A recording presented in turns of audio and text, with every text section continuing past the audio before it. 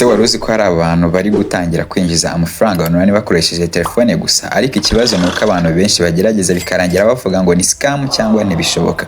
Ukuri ni uko ikibazo rero atari internet, ikibazo ni uko abantu batamenya aho batangira ndetse n'ibyo bakora ibyo ari byo. Muri iyi video ndakwereka uko nabonye website nshya ishobora kuba amahirwe kuri wowe, amahirwe mashya, kandi nzagusangiza uru rugendo rwanjye kuva mu ntangiriro kugeza igihe nzabona niba koko bishoboka cyangwa se bidashoboka. Muri iki gihe ishusho y'ikigo cyawe imenyekana mu masegonda make. Mbere y'uko umuntu agera ku muryango wawe, abanza kugushakira kuri internet. Kandi iyo agushatse nakubone neza cyangwa website yawe agasanga itari professional, ahita yigira ahandi. Niyo mpamvu muri TJP Media dukora website z'umwuga zigezweho, zihuta kandi zizewe. Intego si ukubaka website nziza gusa, ahubwo ni ukubaka icyizere, kuko icyizere gitangira kuri internet. Ariko kugira website yonyine ntihagije. Abantu bakeneye kukubona buri munsi bakamenya brand yawe, aho baguhamagara, aho barizwa, nuko bakugeraho vuba. Niyo mpamvu dufasha ibigo gushyiraho no gutunganya business profile, bigatuma iyo umuntu ashakishije izina ryawe kuri Google ahita abona location, phone number n'amasaha mukorera. TJP Media dukorana n'abantu n'ibigo bitandukanye: amashuri, ibitaro, hotel na restaurant, companies, amaduka n'abacuruzi, startups, real estate n'abandi bose bashaka kuzamura ubucuruzi bwabo online. Dukora design z'umwuga, video ads na content ikurura abantu bikarangira babaye abakiriya bawe. Si ibyo gusa kandi, muri TJP Media dutanga ubujyanama ku bantu n'ibigo bashaka gukoresha social media mu kuzamura ubucuruzi bwabo, ndetse tugatanga amahugurwa mu gutegura content, gukora design no kwihutisha akazi kawe ukoresheje AI. Tuguha serivisi nziza aho waba uri hose, haba iwacu mu gihugu ndetse no hanze yacyo. Ikindi dukora maintenance ya website ndetse tukayifasha kuba yagaragara hejuru y'izindi zose kugira ngo business yawe ikomeze gukura. Kwandikira uyu munsi. Muraho neza, amazina yanjye ni TJP. Niba uri mushya hano kuri iyi channel, tuvuga ku buryo bwo gukorera amafaranga online, digital skills n'uburyo umuntu yakwizera ibyo agiye gukora mbere yuko atangira, cyangwa se ku buryo umuntu yakwizera internet yo agiye gukoresha. Uyu munsi dutangiye video ya kabiri. Noneho dutangire mwereke uko ibi bintu bimeze byose. Mbere ukuntu wakora sign up. Ubushize naberetse ukuntu mwakora sign up mugakora login, byose uburyo bugiye bworoshye bwo bwanjye mukoresha. Mbere ukuntu wakora direct link.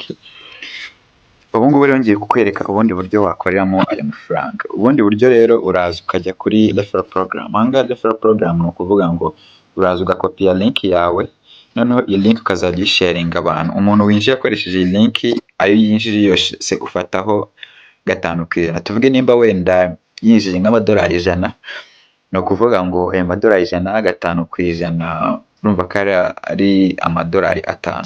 Ubwo nyine nawe ubu yinjije nta kintu wakoze, akaza muri account yawe, ubundi ukazayabikuza bitewe na payment method ukoresha. Wicyo ukora urazanga kuri referral program ubundi ukareba ahantu hari link.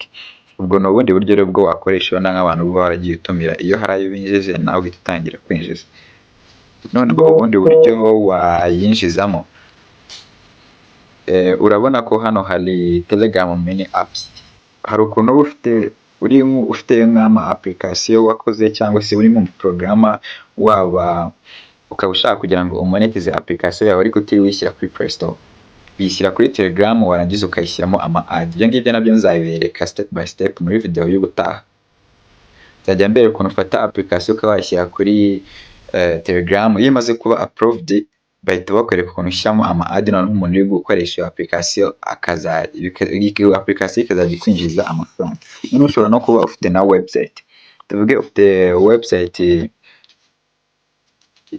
yaba ari nk'ikinyamakuru cyangwa se akaba ari nka website ya film. N'izi website za film akenshi ugiye mubona bakwereka ko harimo ama ads menshi cyane. Baba bakoresheje iyi website kugira ngo bashyiremo ayo ma ad. Urabona nk'ingiyi verified hano, bahita bakwereka niba iyi verified. Iyo imaze kuba verified bahita bakwereka uburyo ushyiramo ama ad. Umuntu usiye website yawe yakanda kuri ama ad nawe ugatangira ukinjiza. Ubwo nabwo ni ubundi buryo butuma winjizamo amafaranga menshi cyane. Kandi nimwibagirwa n'uburyo bwa direct link. Noneho reka mbereke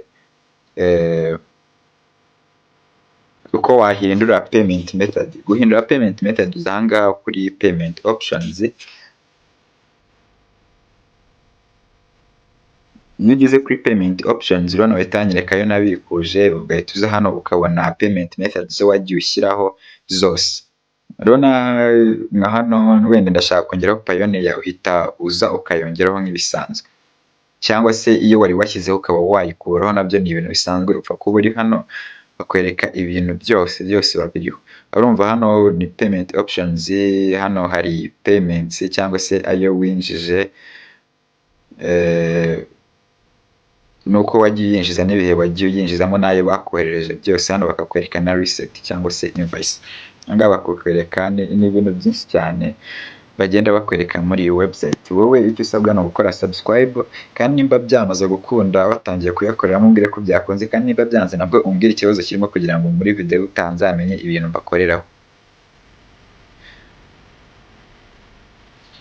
Ubwo rero nta kindi nashaka kubereka uretse kubereka ubundi buryo bushya bwo wakoreramo ayo mafaranga, ndetse no kugira ngo babwiraho wowe mwebwe icyo mukora murambwira icyo nzabakoreraho. Tuvuge nimba ari kuri website ukuntu washyiramo ads muri website nyine ugatangira kwinjiza, no kuvuga ngo ni ukumonetiza website yawe cyangwa kumonetiza application, nabyo muzabimbwira ubundi nze mbibabwiraho. Naho ubutaha rero mu yindi video mwibuka gukora subscribe, like, share ndetse na comment. Muri iki gihe ishusho y'ikigo cyawe imenyekana mu masegonda make. Mbere y'uko umuntu agera ku muryango wawe abanza kugushakira kuri internet, kandi iyo agushatse nakubone neza cyangwa website yawe agasanga itari professional ahita yigira ahandi.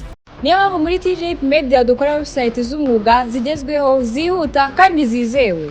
Intego si ukubaka website nziza gusa, ahubwo ni ukubaka icyizere, kuko icyizere gitangira kuri internet. Ariko kugira website yonyine ntihagije. Abantu bakeneye kukubona buri munsi bakamenya brand yawe, aho baguhamagara, aho barizwa, nuko bakugeraho vuba. Niyo mpamvu dufasha ibigo gushyiraho no gutunganya business profile, bigatuma iyo umuntu ashakishije izina ryawe kuri Google ahita abona location, phone number n'amasaha mukorera. TJP Media dukorana n'abantu n'ibigo bitandukanye: amashuri, ibitaro, hotel na restaurant, companies, amaduka n'abacuruzi, startups, real estate n'abandi bose bashaka kuzamura ubucuruzi bwabo online. Dukora design z'umwuga, video ads na content ikurura abantu bikarangira babaye abakiriya bawe.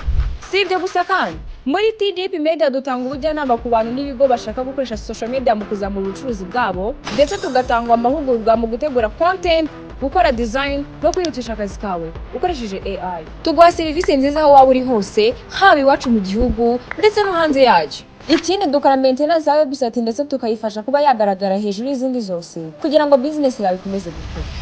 Kwandikira uyu munsi